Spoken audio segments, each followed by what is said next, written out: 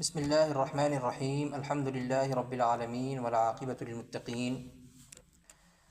والصلاة والسلام علی سید الانبیاء والمرسلین وعلی آلہ وصحبہ اجمعین اما بعد۔ آج کے سبق میں حضرت المصنف یعنی امام مسلم رحمۃ اللہ علیہ کا اور ان کے مصنف یعنی الصحیح المسلم کا تذکرہ کیا جائے گا۔ پہلے چند باتیں حضرت مصنف رحمۃ اللہ علیہ کے بارے میں بیان ہوں گی، یعنی آپ کا نام و نسب، تحصیل علم یعنی آپ نے علم حاصل کرنے کے لیے کہاں کہاں کا سفر کیا ہے اور کن شیوخ و اساتذہ سے تعلیم حاصل کی ہے، اور حصول تعلیم کے بعد کن حضرات کو آپ نے پڑھایا ہے، یعنی کون کون آپ کے بلند رتبہ شاگرد بنے ہیں، اور آپ کے بڑوں نے اور آپ کے اساتذہ کرام نے آپ کو کن کن الفاظ میں خراج تحسین پیش کیا ہے، پھر آپ کی وفات کب اور کس طرح ہوئی ہے، یہ باتیں حضرت مصنف رحمۃ اللہ علیہ کے بارے میں ذکر کر رہا ہوں۔ تو آپ کا نام نامی مسلم بن حجاج بن مسلم بن ورد بن کوشاد القشیری ہے، یعنی آپ کا نام مسلم ہے، والد کا نام حجاج ہے اور دادا کا نام بھی مسلم ہے، پھر اوپر ورد ہیں اور کوشاد ہیں، القشیری۔ آپ کی کنیت ابو الحسین ہے اور لقب عساکر الدین ہے۔ آپ نے مختلف جگہوں پر سنا ہوگا کہ فلاں کی کنیت یہ ہے، فلاں کا یہ لقب ہے، تو کنیت اور لقب یہ کیا چیز ہے، یہاں لگے ہاتھوں لقب اور کنیت کے درمیان فرق بھی سمجھ لینا چاہیے۔ تو لقب وہ اسم ہوتا ہے جس سے کسی کی عظمت و بڑائی ظاہر ہوتی ہے، اس کو لقب کہتے ہیں، اور کنیت وہ اسم ہے جس سے پہلے ابن یا اختن یا اسی طرح کے اور الفاظ لگا لیے جاتے ہیں، جیسا کہ ابھی آپ کو بتایا کہ حضرت امام مسلم رحمۃ اللہ علیہ کی کنیت کیا ہے، ابو الحسین، اور آپ کا مولد و مسکن تو خراسان کا معروف و مشہور شہر نیشا پور ہے، لیکن خاندانی نسبت عرب کے مشہور قبیلے قشیر کی طرف ہے، اور یہ نسبت ولا کی وجہ سے ہے، ولا جیسے حضرت امام بخاری رحمۃ اللہ علیہ کو بھی الجوفی کہا جاتا ہے ولا کی وجہ سے ہی۔ اب ولا کیا چیز ہے، تو ولا یہ ولایت سے مشتق ہے، اس کا مطلب ہوتا ہے نزدیکی، تعلق، مدد اور دوستی۔ قدیم عرب معاشرے میں جب کوئی غیر قبیلے کا شخص کسی بڑے اور طاقتور قبیلے کے ساتھ سیاسی یا سماجی پناہ کا معاہدہ کیا کرتا تھا یا کوئی غلام آزاد کیا جاتا تھا، تو ان کے درمیان جو قانونی اور سماجی رشتہ قائم ہوتا تھا اسے ولا کہا جاتا تھا۔ سیر اعلام النبلاء کے اندر حضرت امام ذہبی رحمۃ اللہ علیہ نے آپ کے بارے میں لکھا ہے لعلہ من موالی قشیر، قبیلے قشیر کے آزاد کردہ میں سے تھے۔ اور آپ کا جو شہر تھا نیشا پور، اس کے بارے میں حضرت علامہ یاقوت الحموی لکھتے ہیں معدن الفضلاء ومنبع العلماء، یعنی یہ فضلاء کی کان تھا اور علماء کا سرچشمہ تھا آپ کا یہ شہر، اور کہتے ہیں کہ وہاں سے بے شمار ائمہ نکلے ہیں۔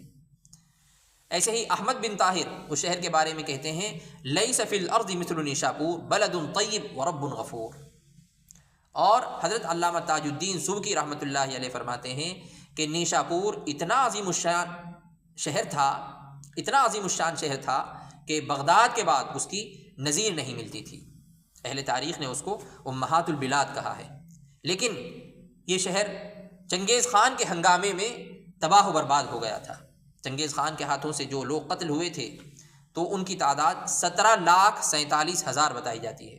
بہرحال نیشا پور بڑا سرسبز و شاداب اور آباد شہر تھا، اس کے اندر نہایت نفیس فیروزے کی کانیں تھیں، فیروزہ یہ قیمتی پتھر ہوتا ہے، اس کی بہت کانیں تھیں، اور وہاں کی علمی صورتحال یہ تھی کہ اسلام میں سب سے پہلا مدرسہ بیہقیہ یہیں واقع تھا۔ اس شہر کے بارے میں حضرت امام حاکم رحمۃ اللہ علیہ کی ایک کتاب ہے تاریخ نیشا پور، اس کتاب کے اندر وہاں کے مفصل حالات دیکھے جا سکتے ہیں۔ آپ کب پیدا ہوئے ہیں، تو آپ کے سن پیدائش کے بارے میں ایک قول سن 202 ہجری کا ہے اور دوسرا قول سن 206 ہجری کا ہے۔ حضرت الاستاد مفتی سید احمد صاحب پارنپوری رحمہ اللہ نے سن 204 ہجری لکھا ہے۔ 204 ہجری یہ وہی سال ہے جس میں حضرت امام شافعی رحمۃ اللہ علیہ کی وفات ہوئی تھی، اور یہ 204 ہجری عیسوی تاریخ کے اعتبار سے سن 820 بیٹھتا ہے، 820 عیسوی۔ اور وفات جو ہوئی ہے آپ کی تو 25 رجب سن 261 ہجری کو آپ کی وفات ہوئی ہے، اور یہ وفات کا جو سال ہے سن 261 ہجری، یہ عیسوی اعتبار سے سن 875 عیسوی ہوتا ہے۔ اتوار کے روز آپ کی وفات ہوئی، اور پھر اگلے دن نیشاپور میں ہی آپ کی تدفین عمل میں آئی۔ اور بعض شراح لکھتے ہیں کہ نیشاپور کے باہر ایک جگہ تھی نصیر آباد، وہاں آپ کی تدفین عمل میں لائی گئی۔ امام حاکم نے اور مجد الدین ابن الاسیر الجزری، ان کی وفات سن 606 ہجری کے اندر ہے، ابن الاسیر کی۔ انہوں نے جامع الاصول کے مقدمے میں سن وفات سن 261 ہجری ہی کو راجح قرار دیا ہے کہ آپ کا جو سن وفات ہے وہ سن 261 ہجری ہے، یہی راجح ہے، چونکہ اور دیگر حضرات نے آپ کا سن جو وفات کا ہے وہ اور بھی لکھا ہے سن 261 ہجری کے علاوہ، اس لیے ان حضرات نے یہ راجح قرار دیا ہے۔ اور آپ کی وفات کا واقعہ بھی نہایت حیرت انگیز اور عبرت خیز ہے۔ کہتے ہیں کہ مجلس درس میں آپ سے ایک حدیث کے بارے میں سوال کیا گیا، سو اتفاق سے وہ حدیث اس وقت آپ کو یاد نہ آئی، استحضار نہیں رہا اس حدیث کا، تو آپ گھر واپس آئے تو حدیث کی تلاش میں اتنے منہمک ہوئے کہ آپ کے سامنے ٹوکرے میں رکھی ہوئی جو کھجوریں تھیں وہ تمام کی تمام آپ نے تناول فرما لی، اور بس یہی کھجوروں کی زیادتی آپ کی موت کا سبب بن گئی۔ جس حدیث کو آپ تلاش کر رہے تھے وہ حدیث بھی آپ کو مل گئی۔ تو اس واقعے سے حضرت امام صاحب کی علمی شیفتگی اور آپ کے علمی انہماک کا اندازہ لگایا جا سکتا ہے۔ تو اس علم کو حاصل کرنے کے لیے آپ کہاں کہاں تشریف لے گئے ہیں؟ تو حضرت علامہ ذہبی رحمۃ اللہ علیہ فرماتے ہیں کہ آپ نے علم حدیث سن 218 ہجری میں حاصل کرنا شروع کیا ہے، یعنی آپ اس وقت تقریباً 14 سال کے تھے، اس وقت آپ نے علم کی تحصیل شروع کی، اور مملکت اسلامیہ کے ایک ایک شہر کے اندر آپ تشریف لے گئے ہیں۔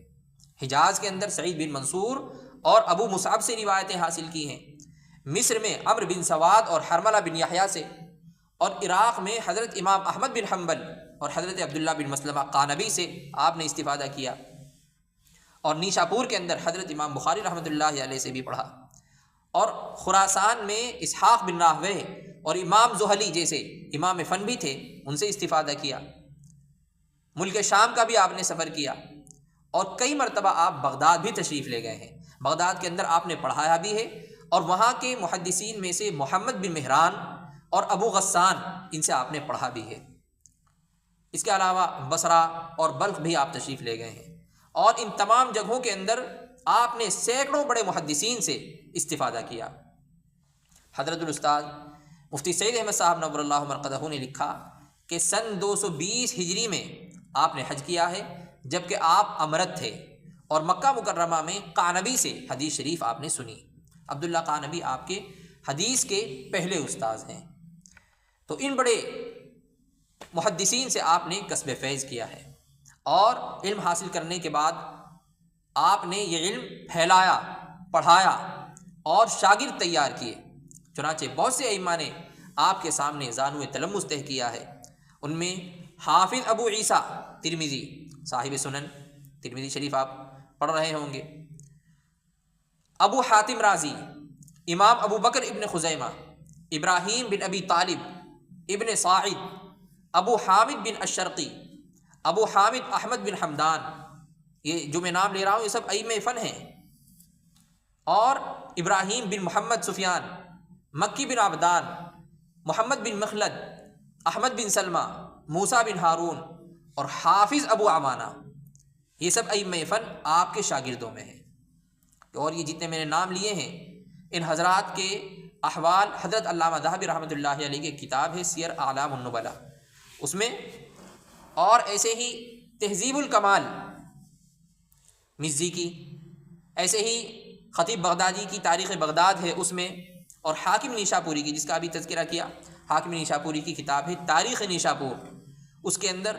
اور حضرت علامہ ذہبی کی ایک اور کتاب ہے تذکرۃ الحفاظ۔ ان کتابوں میں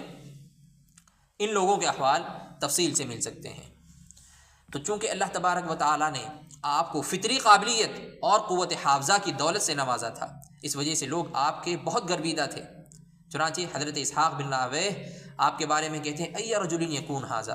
یعنی خدا جانے یہ شخص کس درجے کا آدمی ہوگا۔ اور اسحاق کوسج نے آپ کو مخاطب کر کے یہ فرمایا کہ خدا تعالیٰ جب تک آپ کو مسلمانوں میں باقی رکھے گا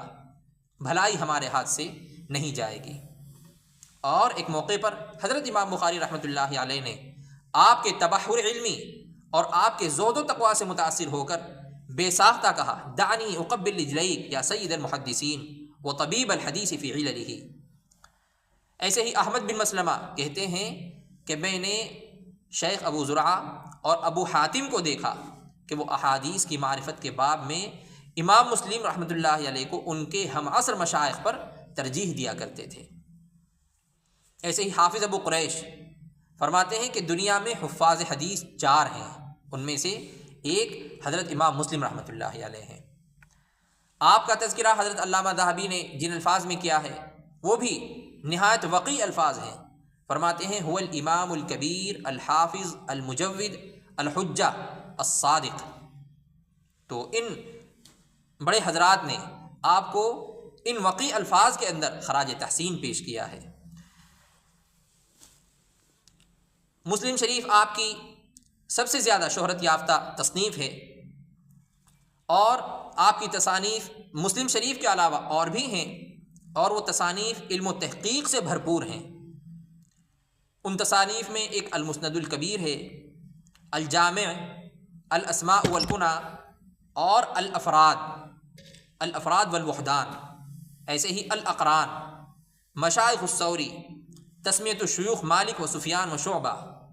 کتاب المخضرمین، کتاب اولاد الصحابہ، اوہام المحدثین، الطبقات، افراد الشامیین، التمییز، العلل، سوالاتہ احمد بن حنبل، کتاب حدیث عمرو بن شعیب، کتاب الانتفاع بأہب السباع۔ یہ آپ کی ایسی تصانیف ہیں جن کے اندر تحقیق اور امعان پایا جاتا ہے۔ تو یہ سب باتیں حضرت المصنف امام مسلم رحمۃ اللہ علیہ سے متعلق تھیں، اور اب کچھ باتیں مصنف یعنی الصحیح المسلم کے بارے میں ذکر کی جائیں گی۔